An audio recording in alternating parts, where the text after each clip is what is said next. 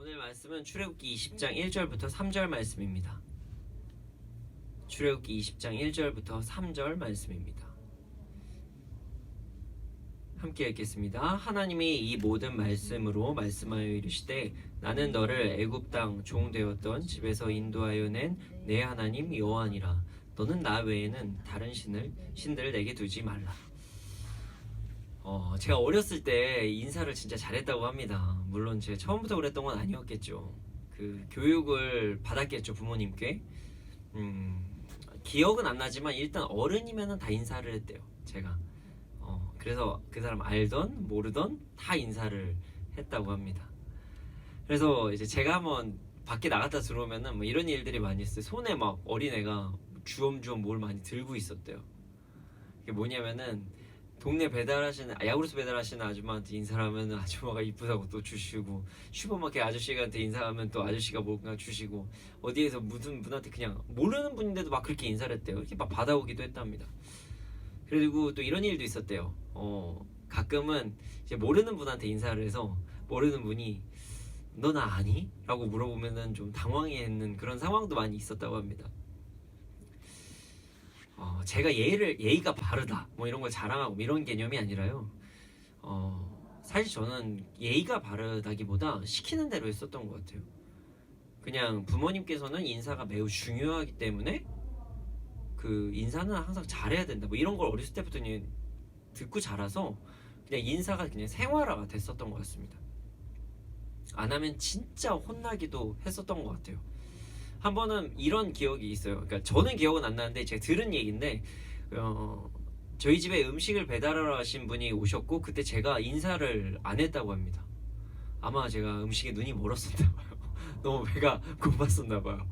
그래서 저는 지금도 맛있는 음식을 참 좋아하거든요. 근데 그날 엄청 혼났대요. 너 왜 저 오신 분한테 인사를 안 하냐. 그리고 아버지한테 아마 되게 혼났다고 제가 들었습니다. 그리고 나서 그 다음부터는 모든 분들에게, 또 저희 집에 배달해서 주시는 분들에게 더 깍듯이 인사를 했다고 합니다. 인사는 저희 집안의 룰이었고요. 그래서 인사를 되게 잘하면 칭찬을 받았고, 인사를 잘하지 못하면은 이제 훈계를 받았다고 합니다. 받았었던 걸로 기억합니다. 저희 가정의 규칙이죠. 하나님의 백성 이스라엘에게도 규칙을 주셨습니다. 그리고 오늘 그 규칙의 첫 번째 규칙이 나옵니다.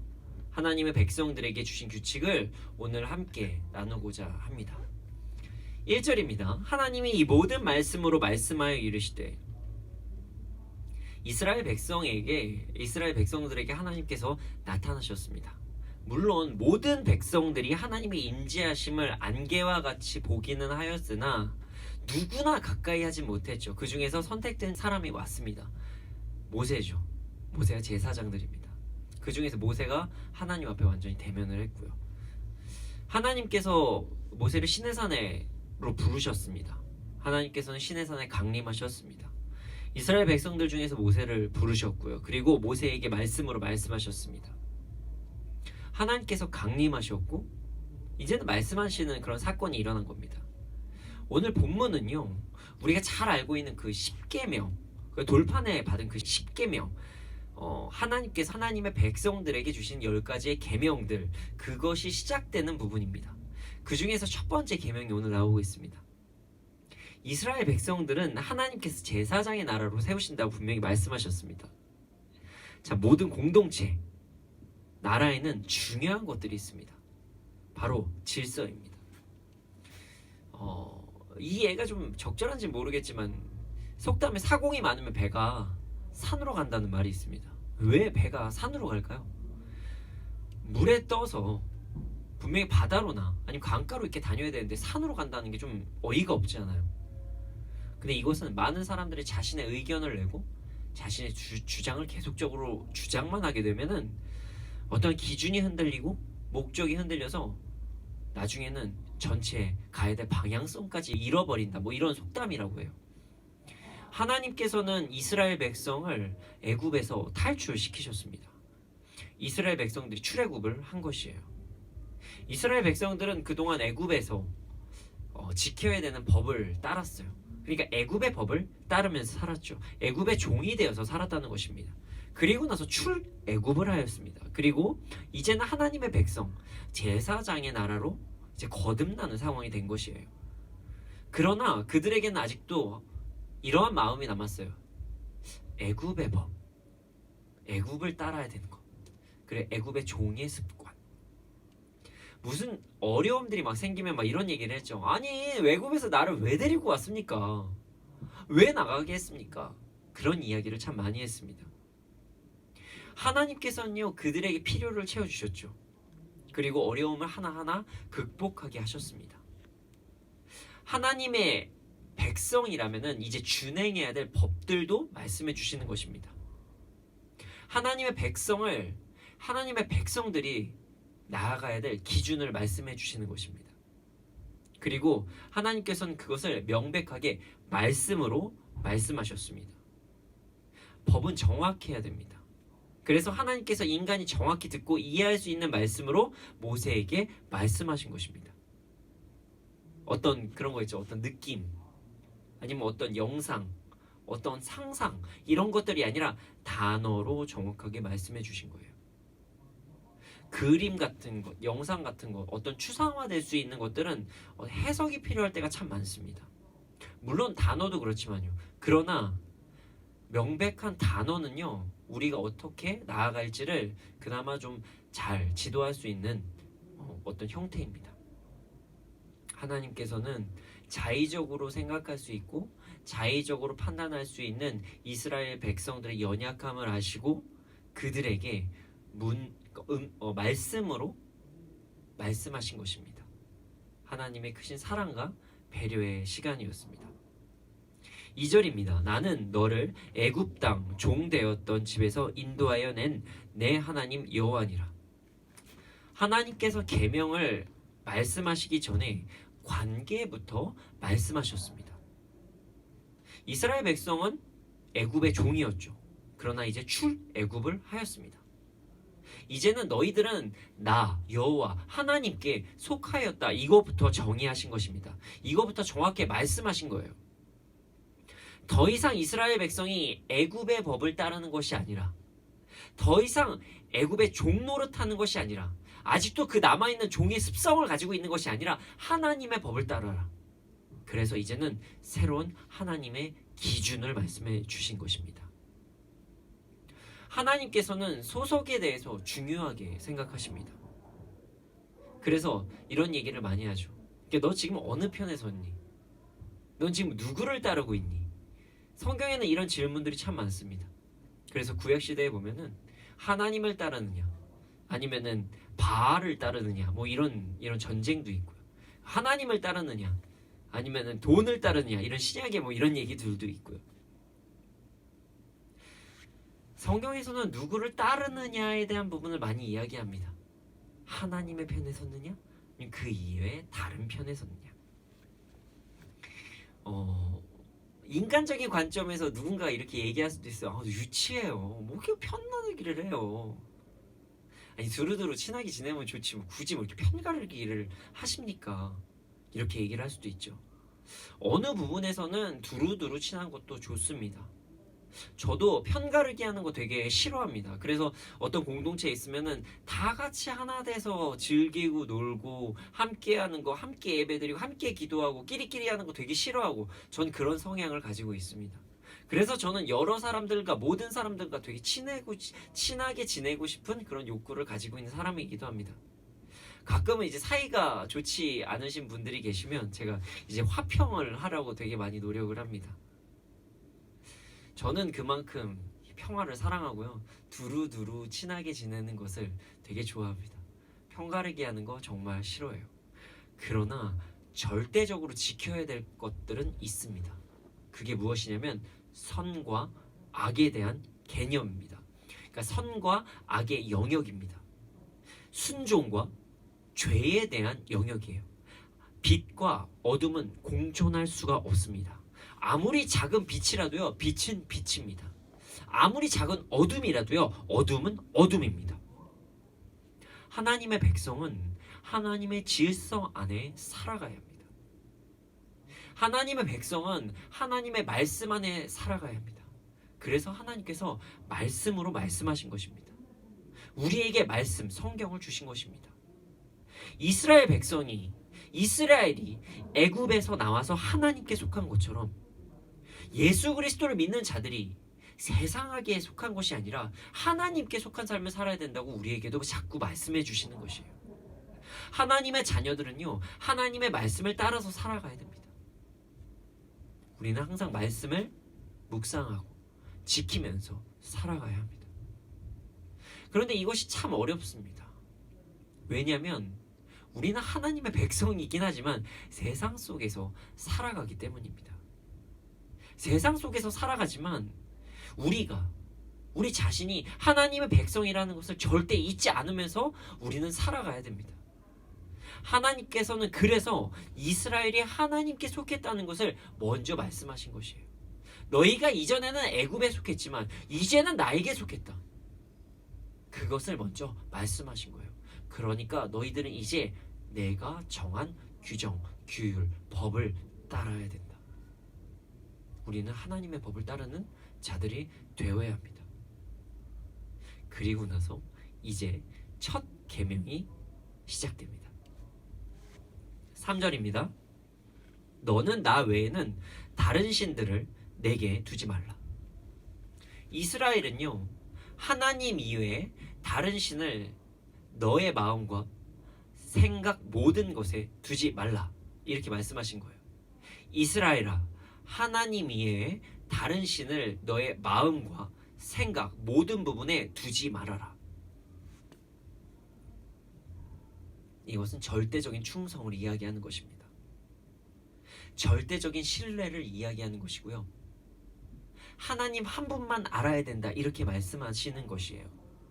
마치 이것은 무엇과 같냐면요, 결혼을 할 때 남편과 아내의 일편단심을 이루는 그런 순간입니다.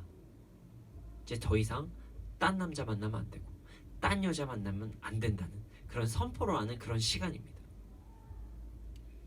한 여자에게 한 남편이 있고 한 남자에게 한 명의 부인이 있는 것처럼 하나님 앞에서 순결하게 하나님만 따라야 된다는 것을 말씀하시는 것입니다.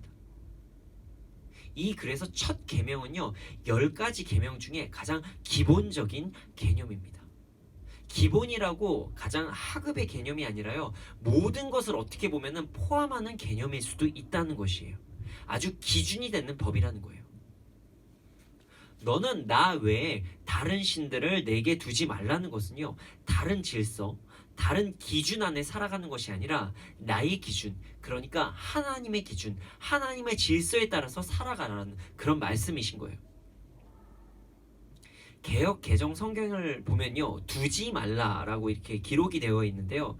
사실 히브리어 원어를 보면요, 그 섬기다, 따르다 이렇게 보는 것이 조금 더 정확하다고 볼 수가 있습니다. 그래서 새번역 성경에는 좀 더 다르게 번역이 되어 있습니다. 새번역 성경에서는 어떻게 기록이 되어 있냐면요, 너희는 내 앞에서 다른 신들을 섬기지 못한다. 하나님을 섬기면 하나님을 섬겨야지. 다른 것을 섬기고 다른 것을 따르고 그러면 안 된다는 것이에요. 하나님의 백성은 하나님만 따라야 합니다.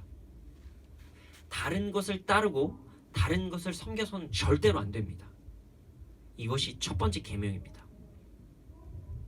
이스라엘 백성에게 주신 첫 번째 계명은 하나님만을 섬기라는 계명입니다. 이것은 우리에게도 적용을 할 수가 있습니다.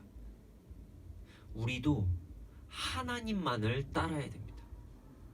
하나님만을 섬겨야 됩니다. 세상의 어떤 질서를 이야기하고 세상의 어떤 방법을 이야기해도 우리는 하나님만을 섬기고 하나님만을 따라야 됩니다.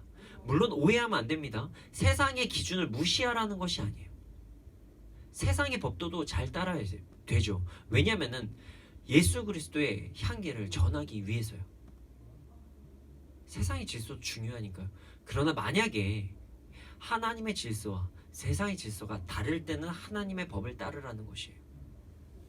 우리는요, 하나님의 백성입니다. 우리는 하나님의 질서를 따라야만 합니다.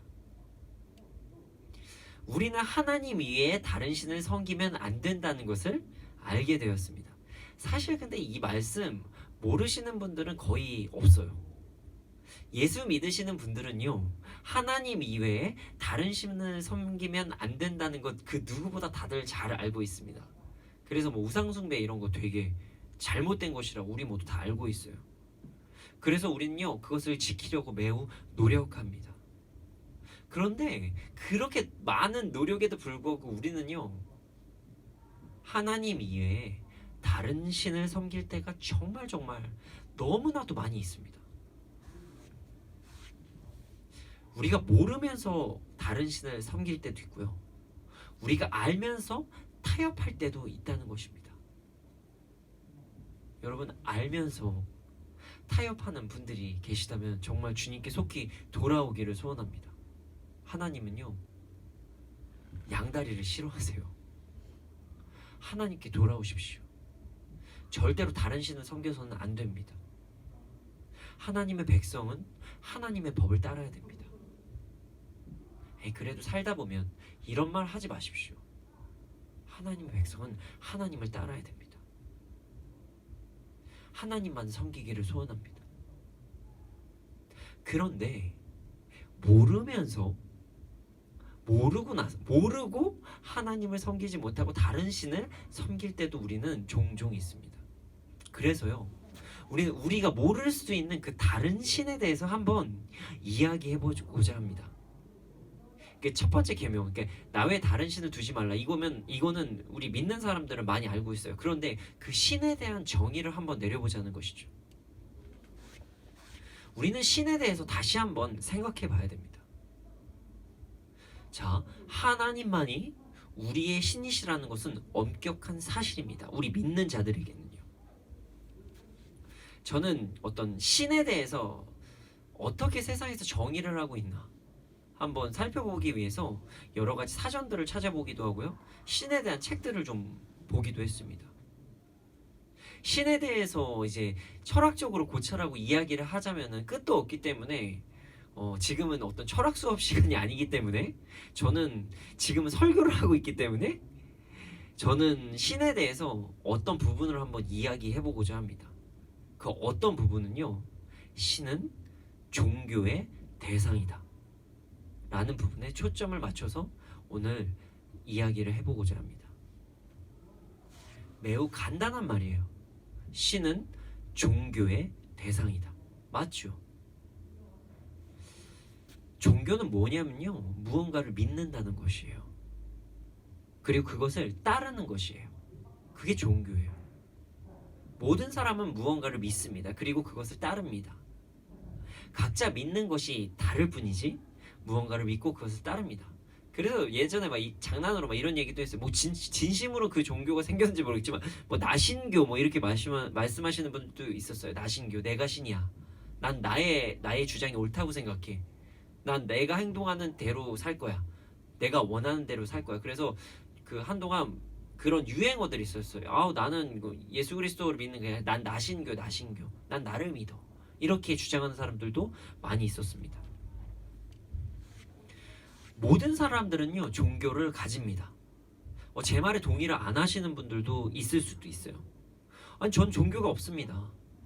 아니, 저는 이렇게 어디 믿으러 절 다니지도 않고요. 불교 성당 다니지도 않고 교회 다니지도 않고 아무 데나 안 다니는데요. 이렇게 이야기할 수도 있습니다.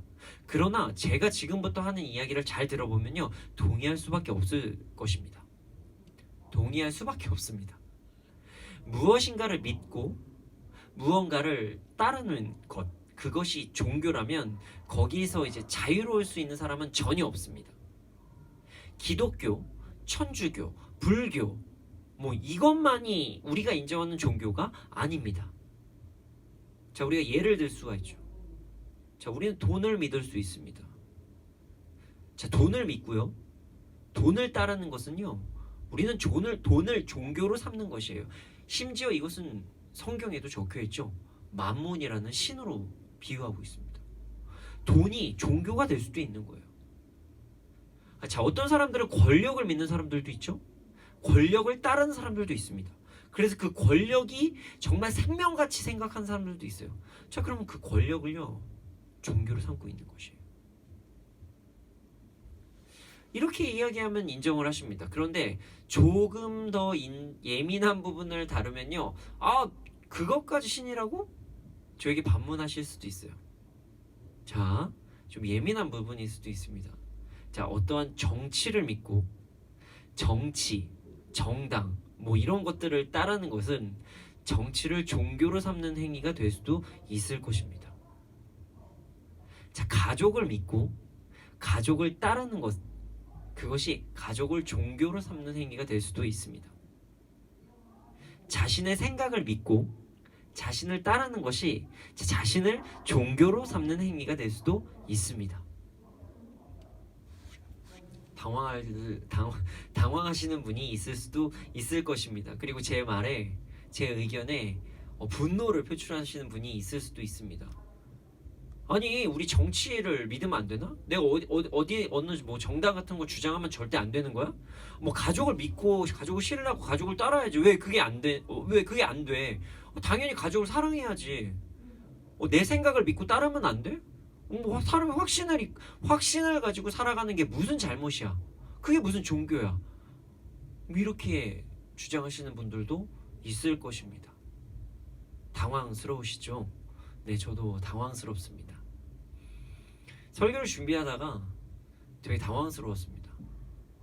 뭐가 당황스러웠냐면요, 저의 모습을 보고 당황했기 때문입니다. 저의 어떤 모습이냐면요, 하나님의 말씀은 인정하지만 현실의 상황을 먼저 살펴봤던 저의 모습, 저의 얘기입니다. 내가 주장했던 것이 성경에 기록이 되어 있는지 확인조차 안 해보고 일단 외쳤던 나의 모습, 하나님의 말씀보다 가족의 안위를 먼저 생각했던 나의 모습, 저의 모습, 현실적인 염려로 인해서 말씀을 믿지 않았던 그런 저의 모습을 발견하고, 와, 나 진짜 목사이고 하나님을 위해서 하나님만을 섬기고자 하는 사람이라고, 정말 그렇게 살고 싶다고 하는 사람인데 나조차 다른 신을 가지고 있었구나, 이렇게 반성하고 회개하는 시간을 먼저 가졌습니다. 우리는 모든 것을 신으로 생각할 수가 있습니다. 돈, 권력, 과학, 가족, 자신의 생각과 자신의 논리까지도 신이 될 수가 있습니다. 그것을 믿고 따르면 그것이 신이 되는 것입니다. 물론 이제 종교적인 부분이 아니라 뭐 신이 초자연적 힘을 가지고 있고 인간의 생사화복을 주관하고 있는 존재다라고 정의라면은 좀 필터링이 거쳐질 수도 있지만, 자, 신을 믿고 따르는 존재라고 본다면 제 생각이 제가 주장하는 거가 맞지 않습니까? 우리는요, 알게 모르게 다른 신을 나의 마음속에 두고 있을 때가 너무나도 많습니다. 우리는 하나님 이외에 다른 신을 두어서는 절대로 안 됩니다. 우리의 모든 믿음은요, 우리의 모든 중심은요, 하나님께 속해야만 합니다. 하나님께서 창조하신 것은요, 누리는 것이지 믿는 것이 아닙니다. 가끔 우리가 누리는 것을, 하나님께서 우리에게 누리라고 주신 것을 신으로 착각해서 그것을 따르고 섬기는 상황이 될 때가 있을 수도 있다는 것입니다. 우리는 그것을 철저하게 거부해야 됩니다. 우리는 우리가 누리는 것을 신으로 두어서는 절대로 안 됩니다. 여러분, 과학도요, 우리가 이용하고 누리는 것이지, 그리고 돈도요, 우리가 사용하고 누리는 것이고, 가족도 우리가 함께하고 사랑하는 것이지, 그리고 누리는 것이지, 우리의 생각도요, 우리가 누릴 수 있도록 하나님께서 선물로 주신 것이지, 그것이 신이 돼서는 절대로 안 됩니다. 우리는 하나님 이외에 다른 신을 두어서는 안 됩니다. 그럼 너무 애매한 이야기 하는 거 아닙니까? 저한테 반문을 하실 수도 있습니다. 그래서 우리가 진짜 이것들이 누리는 것인지, 아니면 정말로 우리가 그것을 신으로 생각하고 있는 것인지 분별을 해야 됩니다. 우리는 분별하면서 그것을 누리고 하나님만 신으로 모셔야 됩니다. 하나님만 따라야 되기 때문입니다. 우리가 분별할 수 있는 방법은요, 간단합니다. 그러나 분별하기 전에 기초적인 작업이 먼저 되어야 됩니다. 전초 작업이라고 뭐 할 수도 있죠. 바로 자신의 연약함을 인정하는 것입니다. 우리는 모두 연약하다는 것을 인정하는 것이 기초 작업입니다. 우리는 연약해서 우리의 생각은 잘못될 수도 있다. 우리의 생각은 틀릴 수도 있다. 나의 주장이 항상 옳지 않을 수도 있다. 내가 잘못 생각할 수도 있다. 내가 알고 있는 것들이 진리가 진실이 아닐 수도 있다. 내가 무엇을 믿고 따르는 것, 뭐 그런 것들이 정말 진리가 아닐 수도 있고 진실이 아닐 수도 있다. 뭐 이런 생각을 해봐야 된다는 거예요. 물론 중요한 것은요, 성경 이외의 모든 것들이요. 내가 연약하여서 나도 모르게 그냥 주장할 수 있는 것이고, 내가 연약하여서 내가 잘못할 수도 있는 것이다. 이 사실을 인정하는 것이 먼저 돼야 됩니다. 나는 연약하다. 그래서 내가 누린다고 하지만 그것을 내가 믿고 따르는 것일 수도 있다. 내 생각이 잘못될 수도 있다. 이거부터 우리가 인정을 해야 됩니다. 나는 항상 잘 살아. 나는 뭐 괜찮아. 문제 없어. 아예 괜찮아. 이게 무슨 이라는 생각을 가지고 계속 살다 보면요, 우리가 교만에 빠질 수도 있고요, 누리는 것이 신이 될 수가 있다는 것입니다. 나의 연약함이 먼저 인정돼야 우리는 옳은 분별을 할 수가 있습니다. 하나님의 말씀에 나의 생각, 나의 이전의 어떤 생각들, 그런 것들이 자꾸만 들어가서, 그리고 나의 주장, 그런 것들이 있지 않아요. 그러니까 내 주장을 증명하기 위해서 성경을 그냥 끄집어 쓴 그런 행동을 할 수가 있다는 것이에요. 우리는 우리의 연약함을 먼저 인정해야 됩니다. 그래야 우리 안에 다른 신을 가지고 있는지 분별할 수 있다는 것입니다. 나의 연약함을 먼저 인정하는 것이 분별의 처음 시작입니다. 저도 자기 주장이 정말 강한 사람입니다. 그래서 제가 말하는 것들이 항상 옳다고 생각할 때가 있었어요. 고집도 되게 센 편이고요. 그렇게 살아가다 보니까 어느 순간 내 생각이 종교가 된 순간이 있더라고요. 어느 순간 이런 생각이 들었어요. 내가 지금 말하고 있는 것이 성경 어디에 있는 거지? 내가 지금 주장하고 있는 것이 하나님의 말씀에 정말 맞는 건가?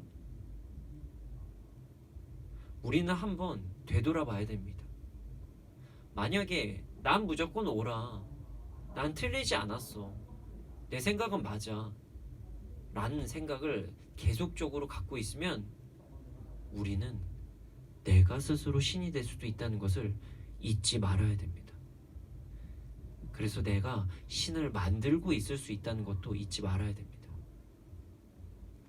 우리의 연약함을 인정하고 그것이 기본이 된다면 그 다음에는 분별하기가 쉽습니다. 정말 단순합니다. 우리는 하나님의 말씀을 봐야 됩니다. 우리는 하나님의 말씀을 바라봐야 됩니다. 말씀을 온전히 의지해야 됩니다. 말씀을 보고 어떠한 나의 개인적 주장과 생각을 버리고 나아갈 때 우리는 우리 안에 다른 신을 가지고 있는지 분별을 할 수가 있습니다. 나의 삶의 기준을 말씀을 가지고 살아가라는 이야기입니다. 오늘 말씀 2절을 보면요, 말씀으로 말씀하셨다는 것, 우리에게 그 구체적인 기준이 있어야 된다고 말씀하시는 것입니다. 그 말씀이 지금 우리가 항상 지니고 다니는, 뭐 지니고 다니지 않고 어플로 갖고 다닐 수도 있는 그 성경입니다. 우리는 하나님의 말씀에 근거하면서 살아가야 됩니다. 그것이 하나님만을 온전한 신으로 의지하며 살아가는 것입니다. 그리고 하나님을 사랑하고 다른 것들을 누리는 마음으로 살아간다면 우리는 올바른 분별을 할 수가 있습니다. 그리고 심지어 우리가 교만하거나 우리가 연약하여 다른 것들을 신으로 잠깐 생각했던 것들도 아 주님 용서하시옵소서 제가 잠시 그것들을 너무나 사랑해서 신으로 두었습니다. 이렇게 분별하고 다시 돌아올 수 있습니다. 우리가 우리의 연약함을 인정하고 말씀을 기준으로 하여서 하나님을 사랑하면서 살아간다면 우리는 다른 신을 우리의 삶에 놓을 수가 없습니다. 그런데 이럴 때가 있죠. 말씀에 구체적으로 기록되지 않은 부분도 있어요. 그렇다면 그때는 죄가 아니라면 그리고 그것이 단순히 누리면 되는 것입니다. 죄가 아니라면 누려도 되는 것입니다. 그러나 만약에 그것이 말씀에 기록은 되어 있지 않으나 그 누리는 것으로 인해서 하나님께 나아가는데 조금이라도 불편하거나 하나님께 집중을 하지 못한다면은 그것은 다른 신이 될 수도 있다는 것도 기억해야 됩니다. 쉽게 말하면 이렇게 해석을 할 수가 있습니다. 자, 성경 어디에도 돈을 벌지 말라는 부분은 없습니다. 그리고 돈을 쓰지 말라는 것도 없습니다. 돈을 많이 벌고요. 돈을 많이 쓰는 것은요. 절대로 문제가 되지 않습니다. 그러나 돈을 많이 벌고 돈을 많이 쓰는데 내 삶에 온통 집중이 되어 있다면 그것은 문제가 된다는 것입니다. 돈이 신이 됐다는 것이에요. 내가 돈을 버는 데 집중을 하고 그리고 나한테 쓰는 데만 집중하여서 이웃을 돌보지 않는다면 그리고 하나님을 섬기지 않는다면 돈이 어느 순간 신이 되어 있다는 것입니다. 아니면 돈을 쓰는 주체 아니면 돈을 지불하는 주체가 신이 될 수도 있다는 것입니다. 하나님께서는 가족을 섬기지 말라고 절대 말씀하신 적이 없습니다. 물론 하나님보다 앞서면 안 된다 이런 말씀을 하셨지만요. 그러나 하나님께서는 내 이웃을 내 몸같이 사랑하라고 하셨으니까요. 그러나 하나님보다 가족을 더 사랑한다면 가족이 신이 될 수도 있다는 것입니다. 자, 자신의 생각을 가지지 말라고 한 적은 없습니다. 하나님께서는요, 우리의 자유의지를 중요시 하셨습니다. 우리가 말할 수 있는 권리 있습니다. 내가 생각할 수 있는 권리도 있습니다. 우리가 생각할 수 있기 때문에 하나님의 말씀을 묵상도 할 수 있습니다. 누구나 말할 권리가 있지만 하나님의 말씀이 아니라 그냥 자신의 생각이 무조건 옳다고 주장하고 이런 행동을 한다면요. 나의 생각이 신이 된 거예요. 내가 신이 된 상황이 된 것입니다. 자신의 이념과 자신의 생각이 신이 되어서 다른 사람들을 비판하고 판단하고 정죄하고 있다는 것을 우리는 잊지 말아야 됩니다. 여러분들 우리는요. 하나님 이외에 다른 신을 절대로 두어서는 안 됩니다. 하나님만이 유일하신 하나님이십니다. 우리는 하나님만을 따르고 섬겨야 됩니다. 예수님을 믿는 사람들은요, 이 사실을 대부분 알고 있습니다. 그러나 그것들을 실천하는 것들은 매우 어렵습니다. 자신도 모르게 내가 신이 될 때도 있고, 나의 생각하는 어떤 이념이나 관념까지도 신이 될 때가 있다는 것입니다. 우리가 이런 얘기는 많이 해요. 돈을 섬기면 안 된다. 돈이 신이 될 수 있다. 가족을 섬기면 안 된다. 가족이 신이 될 수 있다.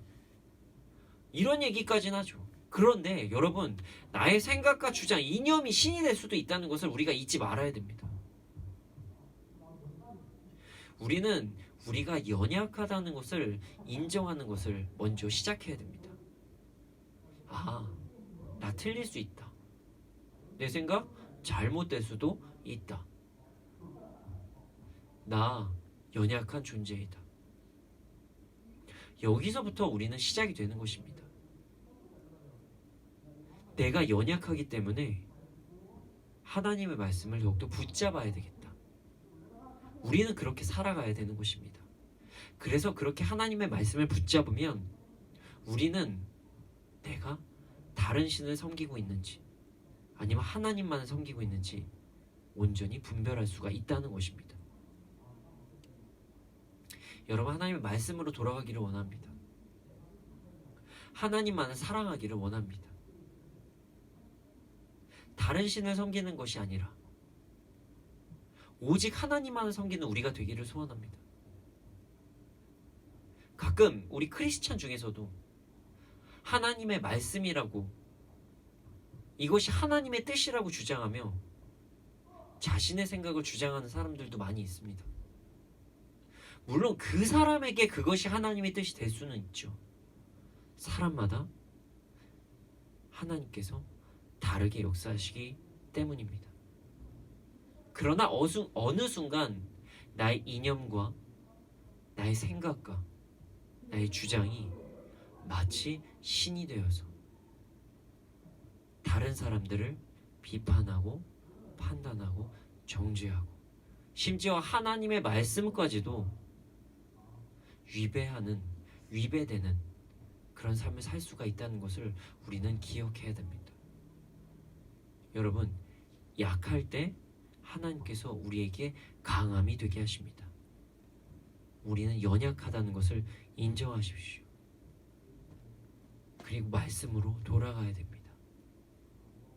그리고 나의 주장이 틀릴 수도 있으니 하나님의 말씀 안에서 이것을 분별해야 된다는 것을 잊지 마십시오. 그렇게 삶으로 우리가 하나님 이외에 다른 신을 두는 어떤 관념적인, 어떤 자기 주장인, 아니면 돈, 가족까지도 하나님 이외에 다른 신을 두는 그런 삶을 살지 않는 우리가 되기를 소원합니다.